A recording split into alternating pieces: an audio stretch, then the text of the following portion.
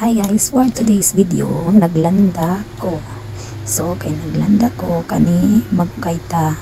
Ako ang is, nakoy pa kita sa inyo mas channel about sa maglanda.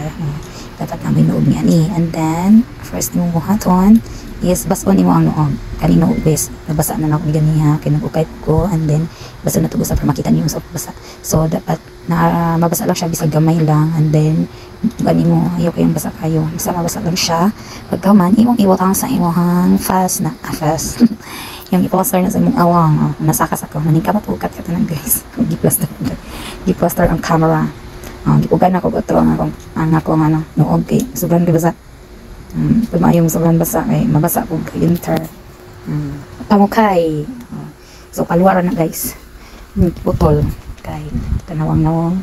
So kinmoni ako ng style para dili ko dali pungahon ko magukay kay makalumos ang aso. Yan lang guys.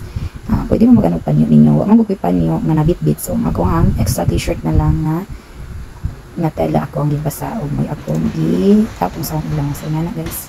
Tapon mo sa inyong ilong para dugay ka makastay sa landahan nga aso kayo.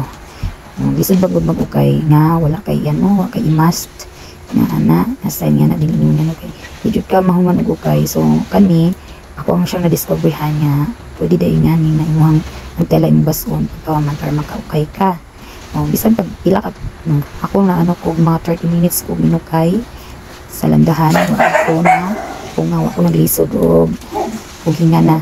Tapos dapat magbutas dito guys kay init kayo ang kupras na.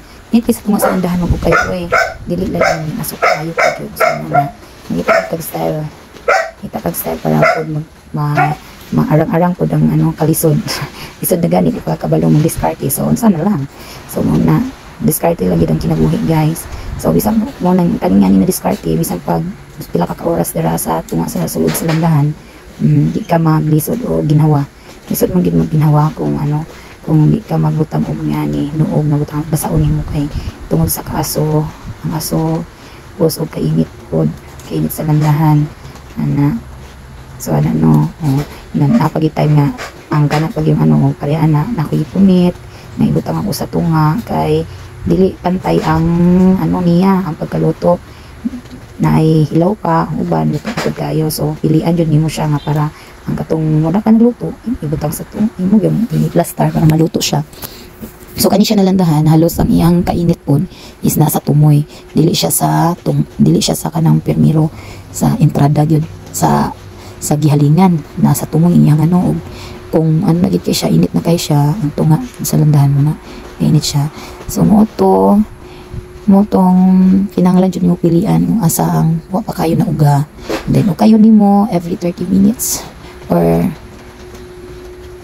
ay dili kani siya ni ukay lang ko pagka 30 minutes niya kay gusto na ko i-share sa inyo haning akong discarding just like kamakay ng discarding discarding malupit di ba mo malupit sa mga wala kabalo malay mo di ba makatabang ko sa inyo nga di mo maglisod og ginhawa kung maglanda mo lalo na sa mga farmers out there na naglamda. And that's all. Thank you for watching and bye bye.